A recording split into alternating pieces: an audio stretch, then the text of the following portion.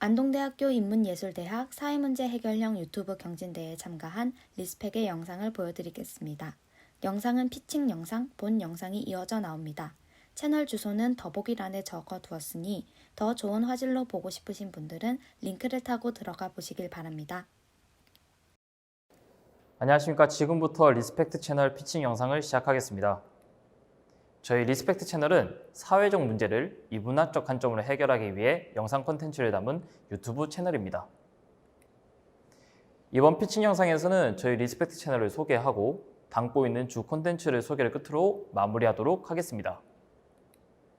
우선 저희 리스펙트 채널은 현재 가장 큰 사회적 문제인 코로나 바이러스를 다루며 그중 대한민국의 코로나 바이러스는 정부의 방역 정책 덕분에 일일 확진자 수가 어느 정도 안정세에 들었지만 여전히 지역 소규모 감염이 확산되어 그 종식이 보이지 않는 상황입니다.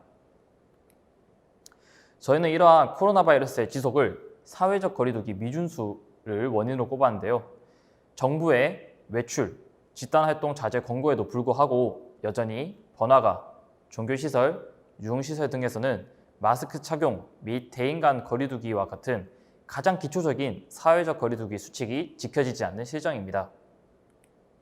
이러한 사회적 거리두기 미준수를 해결하기 위해 저희는 유튜브 채널을 개설하였고 단순히 권고하는 영상을 제작하는 게 아니라 역사적 사례를 담은 영상을 바탕으로 사회적 거리두기 실천율을 높이는 것을 목표로 하고 있습니다. 다음은 저희 리스펙트 채널 콘텐츠를 소개하겠습니다.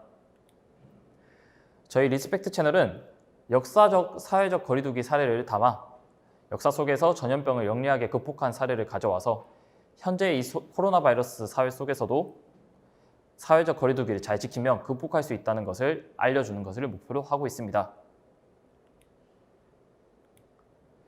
네, 이처럼 저희 리스펙트 채널은 과거 우리 선조들의 지혜를 참고하여 현재의 사회적 문제를 해결하는 동영상 콘텐츠를 담은 채널입니다.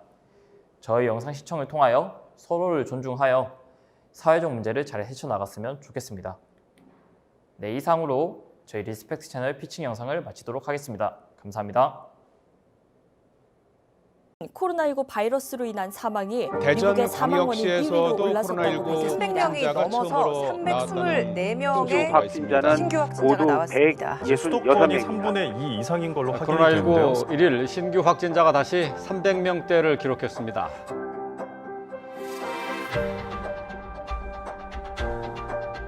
이런 것도 하지 말라는 거예요. 사망한 사람이 2,000명에 달한다. 이것조차 지켜지기 어려운 시절이었어요. 타인에게 접촉만 곧 전염병이 확대되어 마치 불이 섭을 얹은과 같이 한없이 연소하게 된다. 병이 걸린 사람을 빠짐없이 찾아내 인적이 끊긴 섬에 몰아넣고 의복, 양복, 약품 등을 넉넉히 주어 타인에게 더 번지지 않도록 하라. 문중실록에 실린 말이에요. 지금 질본의 격리 정책과 매우 비슷하죠? 마치 불이 섭을 얹은과 같다. 매개체가 붙어있으면 계속 불이 번지니까 땔감 같은 이런 걸 제거해야 한다. 바로 이런 내용을 보면 문종 때 전염병 비상대책회의가 꽤 과학적이었다는 걸 알 수 있겠죠? 이거 말고도 조선의 왕들이 내렸던 되게 재미있는 격리 지침들이 많은데 요즘에 공기업이나 대기업 같은 채용 시험들 보면 대규모의 운동장 또는 경기장을 빌려서 실시하잖아요. 이런 게 조선시대에도 있었습니다. 지금의 전염병 대책 중에 사회적 거리두기 모습과 굉장히 비슷한 사례가 있었어요. 예를 들면 숙종실록에 이런 말이 실려있어요. 전하, 도성 아래에서 두창이 크게 번지니 과거 시험도 창덕궁의 인정전으로 옮겨 실시하게 하소서.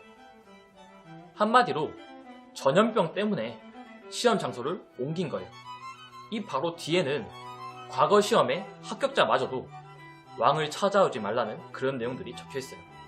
왜 우리가 큰 시험이나 채용에 합격을 하면 사람들을 찾아다니면서 축하도 받고 그러잖아요. 이런 것도 하지 말라는 거예요. 숙종 44년에서 9월에 이러한 보고가 올라옵니다. 충청도 각 고을의 백성들 가운데 전염병을 앓고 있는 사람들이 6,000명이고 사망한 사람이 2,000명에 달한다. 이에 세자가 이렇게 명령합니다. 전염병이 극심해 사망한 사람이 이와 같으니 매우 염려스럽다.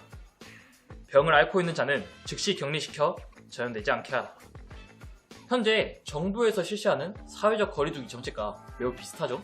당시에는 마스크를 대량으로 제작하여 보급할 수도 없고 의약품을 원활히 보급할 수도 없고 이때 할 수 있었던 건 오직 환자들을 바라보고 상부에 보고하는 것 뿐이었어요.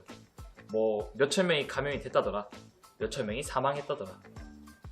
물론 이 당시에도 되게 많은 서적들이 보급이 됩니다. 하지만 의학의 가장 기초적인 위생조차 지켜지기 어려운 시절이었어요. 그래서 격리를 시키자, 거리두기를 준수하자. 당시 사람들의 기록을 보면 이 전염병에 굉장히 민감한 사회였다는 걸 알 수 있었어요. 구한말 서양으로부터 의술이 전해오기 전까지는 굉장히 많은 사람들이 전염병에 의해 고통받습니다. 왜 눈에 보이지 않는 것에 의해 아파하고 괴로워하며 죽어가는 사람들 보면 얼마나 무서웠겠어요. 김택용의 조선 당일기에 보면 이러한 말이 나와요. 병가에서 나온 사람들이라 접촉하기가 매우 어려우니 그만두어야겠다. 이 병은 부포에서 크게 번진다고 하는데 몹시 두렵구나. 1616년 8월 21일, 이 날은 정익세 어머니 소상이었다. 김택용이 들으니 그 집에는 전염병이 있을 뿐만 아니라 정희생이 발광하는 증세도 있어 그 집에서는 지내지 못하고 친척들이 무덤으로 올라가 술과 과일로 대충 치렀다. 당시 사회에서는 되게 말도 안 되는 거죠. 유교 사회에서 어떻게 제사를 지내지 않는다는 그런 결정을 할 수 있었겠어요. 그만큼 이 전염병이라는 게 정말 무섭고 두려웠다는 거죠. 그 당시 사람들의 입장에서 보면 이게 정말 무서웠던 거예요. 그때는 바이러스라는 개념도 없었으니 눈에 보이지 않는 것이 사람을 죽어가니 얼마나 무섭고 두려웠겠어요. 또 다른 사연은 김강계의 매연일기에도 나와요. 이게 엄청 가슴 아픈 내용인 게 자신의 아들이 전염병에 걸려 그 사실을 암에도 불구하고 나는 다가가지도 못해 애를 태운다는 그런 내용입니다. 1616년 5월 7일 전염병을 피해 가족들을 피신해놓고 능동 제사에 와서 머물고 있는데 막내 아들이 계속 아프다고 해서 걱정을 하다가 다음날 아침 일찍 마을로 가봤는데 마을에 전염병 기운이 여전해서 들어갈 수 없었다. 결국 할 수 없이 세종 조부집에 가서 약재를 얻어 들여보내야만 했다 라는 내용이 있죠. 16세기 안동 양반이었던 금난수의 성제일기에는 환자의 자가격리, 가족들의 거리두기, 이러한 실천에 대한 내용이 적혀 있었습니다. 이런 이야기가 어떤 거냐면 석 달 넘게 전염병이 돌고 있는데 월남한이라는 곳에 있던 큰아들이 병을 앓는다는 소식을 듣고 말을 태워 집으로 보냅니다. 이때 그 병에 걸린 아들이 집에 오기 전에 가족들을 미리 다른 곳으로 피신시켜 놓고 아들을 들여보냅니다. 즉 아들과의 접촉을 최대한 피하게 해서 전염병이 번지지 않도록 하는 거죠. 조선 후기 정약용은 사회적 거리두기와 같은 것을 강조했어요. 목민신서에 보면 이런 말이 있어요. 전염은 콧구멍으로 병기운을 들이마시기 때문에 생긴다. 전염병을 피하려면 환자와 일정한 거리를 지키고 문병할 때에는 마땅히 바람을 등지고 서야 한다.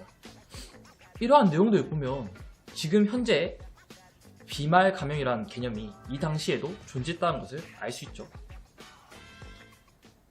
현재 코로나 바이러스 문제가 벌써 1년이 다 되어 가잖아요. 저는 이게 그냥 방치할 문제는 아니라고 봐요.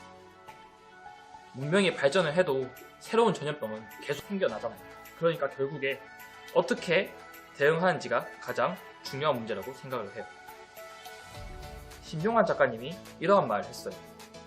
언제나 중요한 건 사건은 자연적이지만 현상은 사회적이다. 즉 작은 전염병으로 시작을 해서 하나의 사회 공동체가 무너질 수 있다는 거죠. 과거에 조선에서 역병을 이겨내기 위해 강조하고 노력하였던 사회적 거리두기는 현재의 사회에서도 다르지 않다고 생각을 해요. 역사 속에서도 지금 이 순간에도 우리 모두가 정말 중요한 게 무엇인지 다시 되짚어 보는 게 좋지 않을까라고 생각을 해봅니다.